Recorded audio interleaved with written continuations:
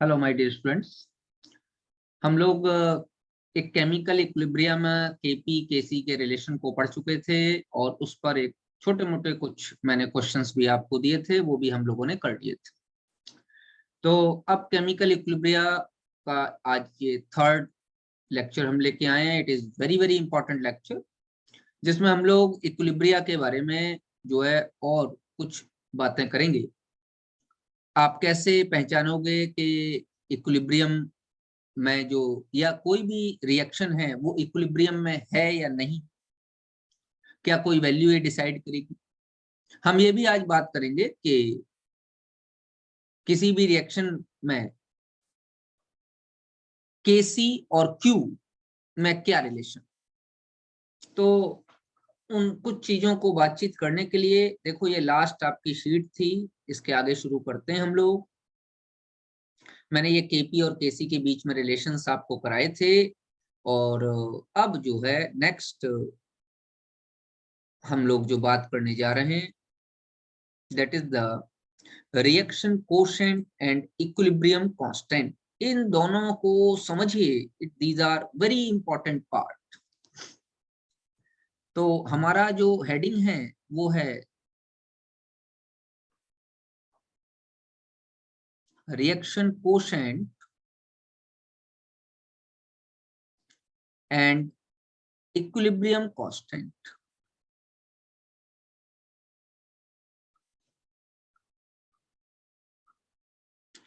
Reaction quotient is represented by Q and equilibrium constant is represented by Kc. इसके बारे में हम बातचीत करें।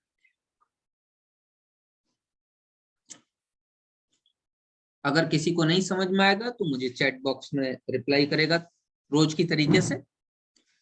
चलिए, सबसे पहले late us consider a hypothetical reversible reaction.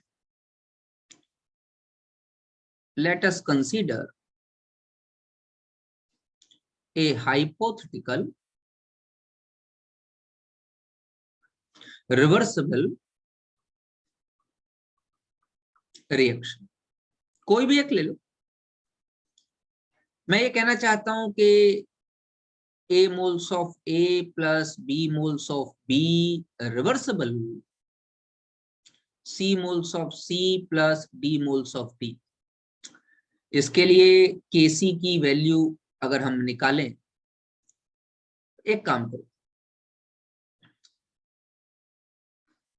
Kc आप निकाल चुके हो, इसको लिख दो C to the power C और D to the power D upon A to the power A और B to the power B। क्या ये आपको समझ में आ रहा है? प्रोडक्ट बाय रिएक्टेंट ये आपने निकाला। It is Kc, it is at equilibrium phase. Kc मतलब the ratio of concentration of product bye reactant at equilibrium phase. मैं यहां लिखूंगा इस चीज को। बच्चों, ये है द रेशियो ऑफ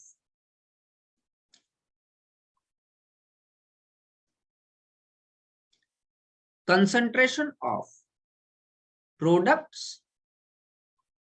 by या प्रोडक्ट्स एंड रिएक्टेंट्स। रेशो है तो अपने आप बाई आ जाए।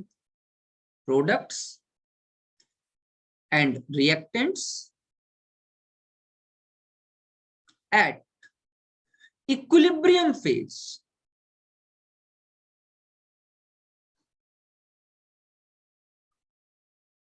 अगर आपको यह मालूम है कि रिएक्शन इक्विलिब्रियम में पहुंच गई, अच्छा मान लो आपको नहीं मालूम कि रिएक्शन इक्विलिब्रियम में पहुंच गई, आपको रिएक्शन के बारे में जानकारी नहीं, केसी तो आपको प्रोवाइडेड होगा लेकिन आपको रिएक्शन के बारे में जानकारी नहीं है, और रिएक्शन के किसी भी फेज पर आप ये रेशो निकालना चाहते हैं, तो नोट, इफ द रेशो, किसका ratio? Concentration of product upon concentration of reactants is determined at any phase, जरूरी नहीं इक्विलिब्रिया हो, of the reversible reaction,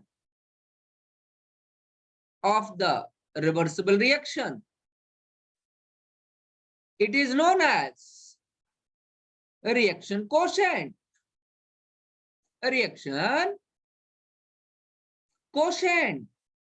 Q, तो अगर मैं कहूं Q की वैल्यू क्या हो जाएगी, वही वैल्यू हो जाएगी कंसंट्रेशन ऑफ C की पावर C, लिखा तो ऐसे ही जाएगा अपॉन D की power D upon concentration of A की पावर A और B की पावर B। अब आप कहोगे सर फिर Q और KC में डिफरेंस क्या है, बताता हूं Q और KC में डिफरेंस क्या है। बेटा Q जो आप निकाल रहे हो वो रिएक्शन के किसी भी फेज में निकाल रहे हो, चाहे वो अभी शुरू हुई है, चाहे वो लगभग खत्म होने वाली है, चाहे वो इक्विलिब्रियम फेज में है, किसी भी फेज में अगर आप निकाल रहे हैं तो उसे Q कहा जाए। मैं ये भी कह सकता हूं when the Q is determined, calculated at equilibrium phase, it become Kc। जब Q को हम इक्विलिब्रियम फेज पे निकालते हैं तो उसी का नाम Kc हो जाता है। तो चलिए मैं इसको नीचे लिख देता हूं, नोट, क्या नोट है, when Q is determined at equilibrium phase,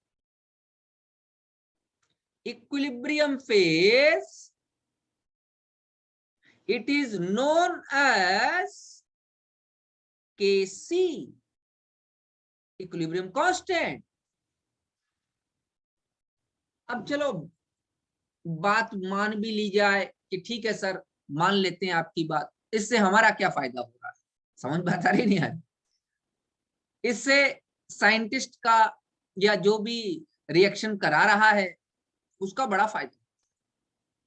अगर Q की वैल्यू उसे मालूम है, क्योंकि Kc तो गिवन होगी और Kc कांस्टेंट होती है, इक्विलिब्रियम कांस्टेंट Kc, अगर Q की वैल्यू वो निकाल ले फेज टू फेज, हर 15, 20, 25, 30 मिनट बाद Q की वैल्यू वो निकालते रहे, तो वो रिएक्शन ज्यादा अच्छी करा पाए, उसे पता रहेगा कि रिएक्शन किस डायरेक्शन में जा रही और उसे जो प्रोडक्ट बनाना है उस प्रोडक्ट की डायरेक्शन में रिएक्शन को भेजने के लिए क्या करना पड़ेगा।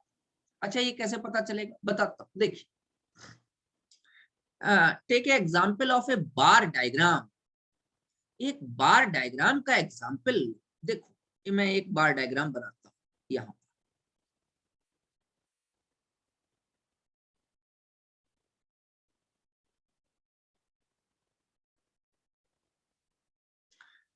बेटा Kc तो इक्विलिब्रियम कांस्टेंट है, दैट इज कांस्टेंट, उसकी वैल्यू चेंज नहीं हो।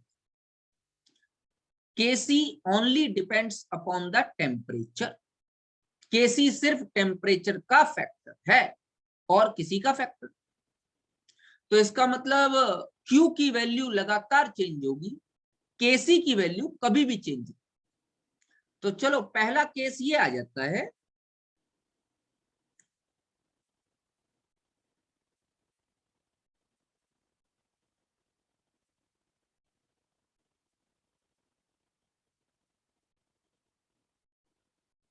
कि ये Q है और ये हमारा, थोड़ा बार डायग्राम सही बनाना क्योंकि मेरा बनने में थोड़ा सा मेरी ड्राइंग अच्छी नहीं है। पहला मैं ये मान लेता हूं, आप लोग सीधा बनाइएगा,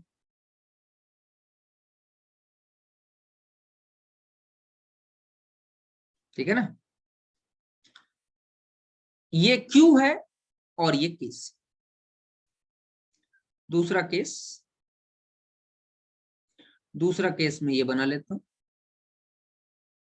this is the case number 2।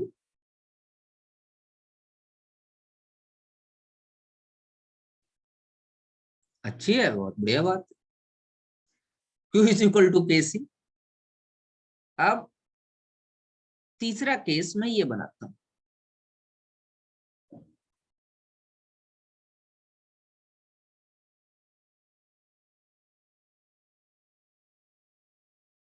बेटा इसमें जरा ध्यान से देखो, ये Q है और ये KC।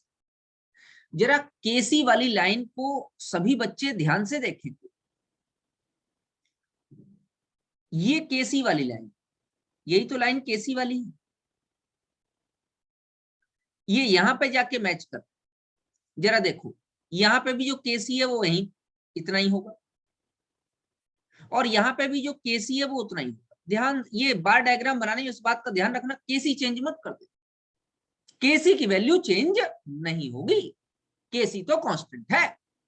तुम्हारा चेंज क्या होगा? Q। एक बार Q छोटा है, एक बार Q बराबर है, और एक बार Q बड़ा है। जतिन, आयुष,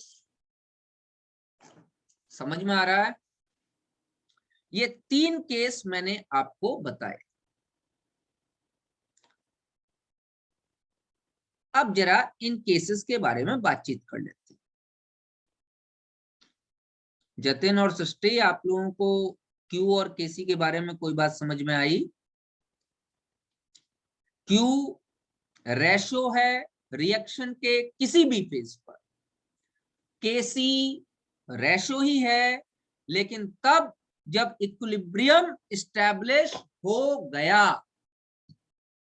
अरे बोलो भाई, ठीक। अब देखो, yes sir.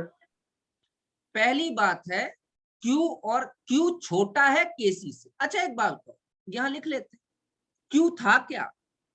Ratio of products upon ratio of reactants, यही तो था। ठीक है, Q अगर छोटा है, Q is smaller, Q is smaller than KC। इसका क्या मतलब है? प्रोडक्ट ज्यादा या रिएक्टेंट? ये डिवाइड तो करना जानते हो, जल्दी बोलिए। चलो प्रोडक्ट को P लिखो, रिएक्टेंट को R लिखो, कुछ बताओ कौन ज्यादा है, प्रोडक्ट ज्यादा या रिएक्टेंट? अगर Q छोटा है तो Q इज स्मॉल, प्रोडक्ट ज्यादा है या रिएक्टेंट? कौन ज्यादा क्वांटिटी में? बहुत बढ़िया Nikhil, very. Reactant is in major excess. और एक बात तो, अगर रिएक्टेंट मेजर क्वांटिटी में है तो रिएक्शन हमेशा फॉरवर्ड ही जाएगी। क्यों? क्योंकि रिएक्शन तो उस डायरेक्शन में जाती है जिस डायरेक्शन में सब्सटेंस क्या होता है, रिएक्ट करता। कहने का मतलब जहां सब्सटेंस के कंसंट्रेशन डिक्रीज करेगा, तो अगर रिएक्टेंट ज्यादा क्वांटिटी में है तो रिएक्टेंट आपस में रिएक्ट करके प्रोडक्ट बनाते रहेंगे लगातार, क्योंकि उसको तो कंसंट्रेशन डिक्रीज करना है लगातार। तो if the reactant is in major amount, the reaction will go towards forward direction.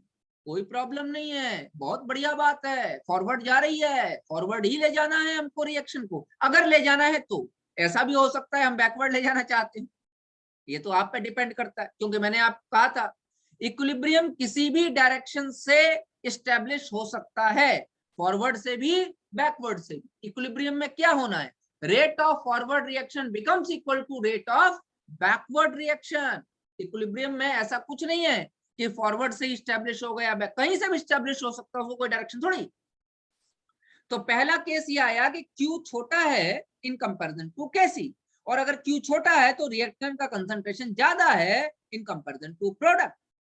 तो इसका मतलब हो गया कि दैट इज, IE लिख देता हूं, that is reaction is proceeding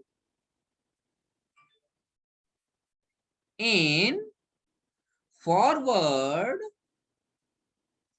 direction.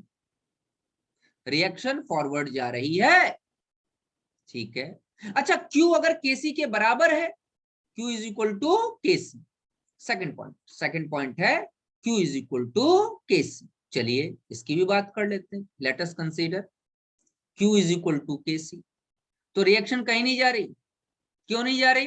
क्योंकि Q KC के बराबर हो गया, तो ये कौन सी फेज आ गई? Equilibrium, equilibrium phase. ये कौन सी फेज आ गई? Equilibrium phase. अब रिएक्शन कहीं नहीं जा रही। अच्छा, क्या सच में कहीं नहीं जा रही? ना ना ना, डायनेमिक हो गई। डायनेमिक मतलब जितनी फॉरवर्ड जा रही है उतनी बैकवर्ड जा रही है, जितनी फॉरवर्ड जा रही है उतनी बैकवर्ड जा रही है। Equilibrium is always dynamic. बोलो भाई, मेरी बात समझ में आ गई? Now the third point. Third point क्या कह रहा है? Q is greater then KC। Q KC से ज्यादा है। तो अगर Q KC से ज्यादा है, Q की वैल्यू ज्यादा है, तो रिएक्टेंट कम है, प्रोडक्ट ज्यादा है। अगर प्रोडक्ट का कंसंट्रेशन बढ़ गया, तो मैंने अभी अभी आपको कहा था, जिस साइड भी कंसंट्रेशन बढ़ेगा रिएक्शन उसके रिवर्स जाएगी। अगर रिएक्टेंट का कंसंट्रेशन बढ़ेगा तो फॉरवर्ड जाएगी, जहां पे रिएक्टेंट यूज हो जाए। अगर प्रोडक्ट का कंसंट्रेशन बढ़ेगा तो रिएक्शन बैकवर्ड जाएगी, जिससे प्रोडक्ट यूज हो जाए। हमेशा ध्यान रखिएगा। क्यों? क्योंकि अगर किसी भी सब्सटेंस का आप कंसंट्रेशन बढ़ा रहे हैं तो रिएक्शन उस डायरेक्शन में जाएगी जिस डायरेक्शन में सब्सटेंस यूज हो रहा है। तो अगर रिएक्टेंट का कंसंट्रेशन बढ़ाओगे तो रिएक्शन फॉरवर्ड जाएगी, क्योंकि रिएक्टेंट आपस में मिलकर प्रोडक्ट दे रहे हैं। और अगर प्रोडक्ट का कंसंट्रेशन बढ़ाओगे तो अगर प्रोडक्ट का कंसंट्रेशन बढ़ाएंगे तो रिएक्शन उस डायरेक्शन में जाएगी जहां प्रोडक्ट यूज हो रहे हैं। तो प्रोडक्ट कहां यूज होंगे? रिएक्टेंट की डायरेक्शन। तो reaction will go towards backward direction. तो यहां लिखेंगे कि that is reaction is proceeding in backward direction। Reaction backward जा रही है। तो बेटा एक बात बताइए सभी लोग, क्या आपको Q और KC की मैं वैल्यू दे दूं तो आप ये बता पाएंगे कि रिएक्शन फॉरवर्ड जा रही है, बैकवर्ड जा रही है, इक्विलिब्रियम में है? जल्दी बोलिए। यस, बहुत बढ़िया बात है, बता पाएंगे। चलिए आगे बढ़ते। ये तो मैंने Q और KC की बात कर ली। Now the second heading is measuring the extent of the reaction। किसी रिएक्शन का एक्सटेंट पता करना। एक्सटेंट मतलब कहां तक रिएक्शन हो चुकी है। रिएक्शन शुरू हुई है, रिएक्शन लगभग कंप्लीट होने वाली है, या रिएक्शन इक्विलिब्रियम में है, ये कैसे पता? चलिए पता करते हैं। The extent of the reaction, extent of the reaction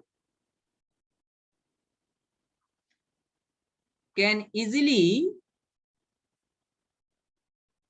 be decided by the value of Kc। हम Kc की वैल्यू देख के, Kc कहो Kp कहो, उससे मेरा कोई लेना देना नहीं। मतलब मैं कहना चाहता हूं इक्विलिब्रियम कांस्टेंट, इक्विलिब्रियम कांस्टेंट। पहली बात तो मैं आपको एक ट्रिक समझाए दे रहा हूं, वो देखिए, फिर मैं बताऊंगा ये आई कहां से। चलिए एक मैं सिंपल सा डायग्राम बना रहा हूं, उसको देखिए।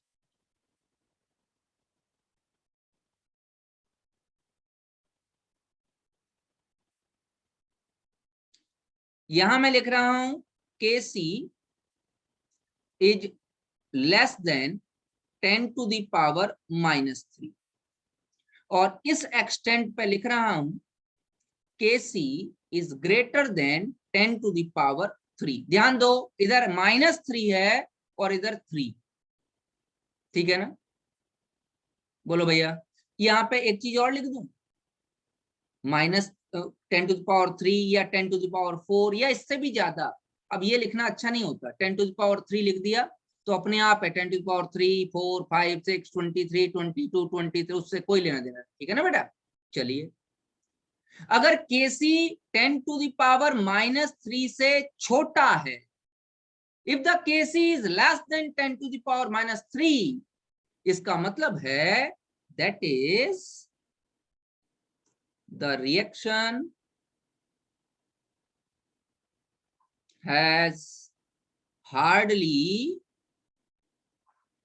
proceeded at all, मतलब रिएक्शन बहुत कम हुई and at the very initial phase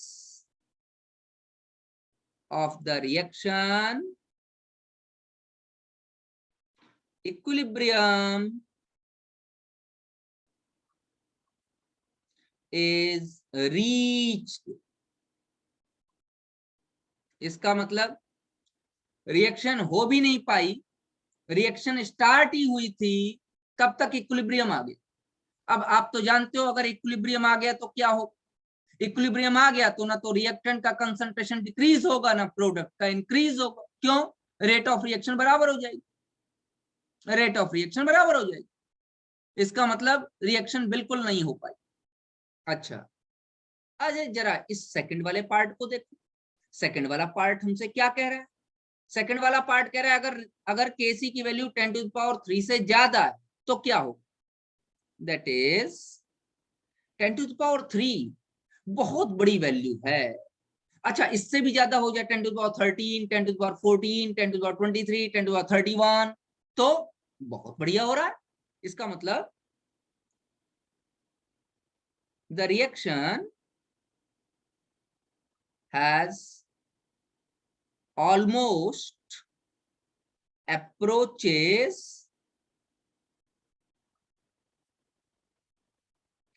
to completion and at the very last stage of the reaction, equilibrium is established। एक मिनट, जतिन कुछ पूछ रहा है। हाँ बेटा, केसी की वैल्यू को देख के जतिन, इसलिए मैं कह रहा हूं ना ये ट्रिक याद करो। केसी की वैल्यू को देख के कैसे ये वैल्यू आई, ये मैंने आपको बताया कि मैं अभी आपको समझाऊंगा कि ये वैल्यू कैसे आई। अभी तो सिर्फ वैल्यू याद करा रहा हूं कि अगर वैल्यू 10 टू द पावर, केसी क्या है? Equilibrium constant. बेटा मैं अभी आपको ये समझाऊंगा कि ये वैल्यू में लाया कहां से, आपको समझाऊं पूरा पूरा, ठीक है ना? तो 2 मिनट पहले ये वैल्यू याद, वैल्यू ये है कि अगर केसी 10 टू द पावर -3 या इससे कम है तो इसका मतलब है, इसका सीधा सीधा मतलब है कि रिएक्टेंट की क्वांटिटी बहुत ज्यादा है इन कंपैरिजन टू प्रोडक्ट। मतलब मैं ये कह सकता हूं कि यहाँ concentration of reactant is very high in comparison to concentration of product, और इक्विलिब्रियम फेज आ चुकी। अच्छा, इस केस में मैं क्या कह सकता हूं? इस केस में मैं ये कह सकता हूं कि concentration of product is very high than concentration of reactant। समझ बात आ रही नहीं आ रही? अभी मैं आपको बताऊंगा कि ये किस तरीके से मैंने निकाला है, ये तरीका मैं आप लोगों को बताऊंगा, ठीक है ना? तो ये दोनों पॉइंट ध्यान रखिए, जिससे कि हम अगला, ये मैं नेक्स्ट क्लास में आपको बताऊंगा कि कैसे मैंने निकाला। समझ बात आ रही नहीं आ रही? कि हमने कैसे निकाला।